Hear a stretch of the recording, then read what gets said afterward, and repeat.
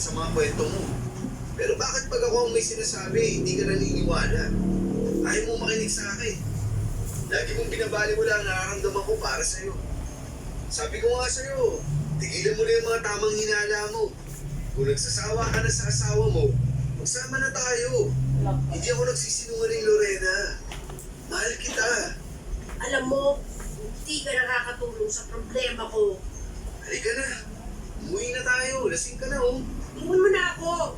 Ayaw kong sarili ko. Magta-taxi na lang ako.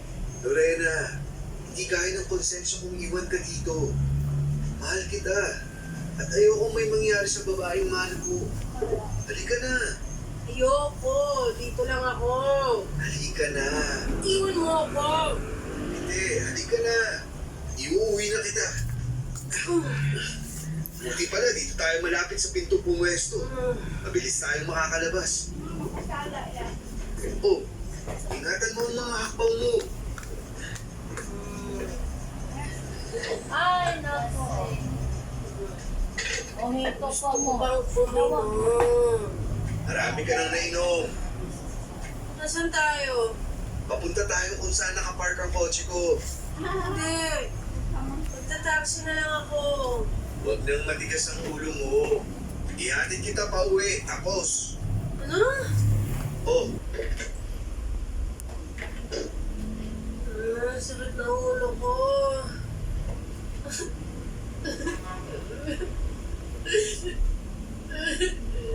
Mura magsimawi.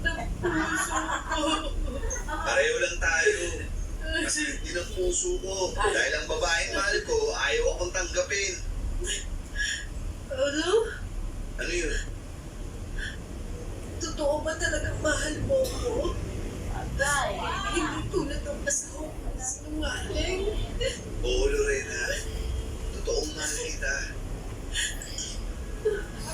Patay. Bonito ka mo. Tumawel. Rotat ka! Rota!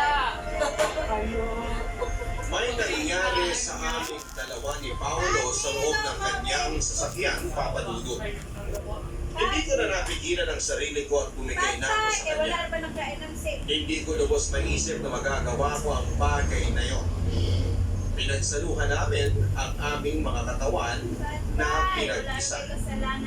Naulit ang aming pagtatalik. Isa na rin akong sinungalin sa harap ng asawa niya. Tinuruan niya ako na maging sinungalin, papadudot. Pero naisip kong mali ang ginagawa ko. Ang ugnayan ko kay Paolo ay isang malaking pagkakamali. Wala akong pinagkaiba sa asawa kong nagtaksil sa akin. Isang araw ay hindi umuwi si Kenneth sa bahay. Siguro ang ipan ko kung paano ko haharapin ang pagsubok na yon sa buhay ko. Seryoso ako sa anong ka, Lorena.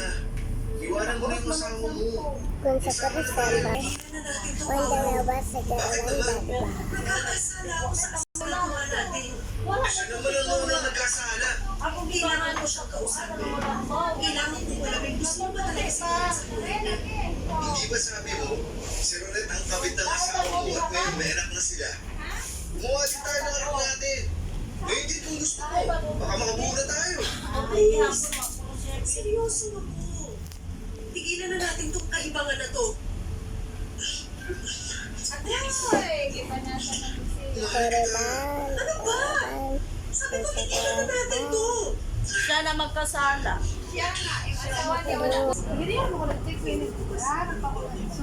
Takot na takot akong isipin ang magiging parusa mo sa ginawa kong pagtataksil ng papaluto. Kung nalaman niyo ng mga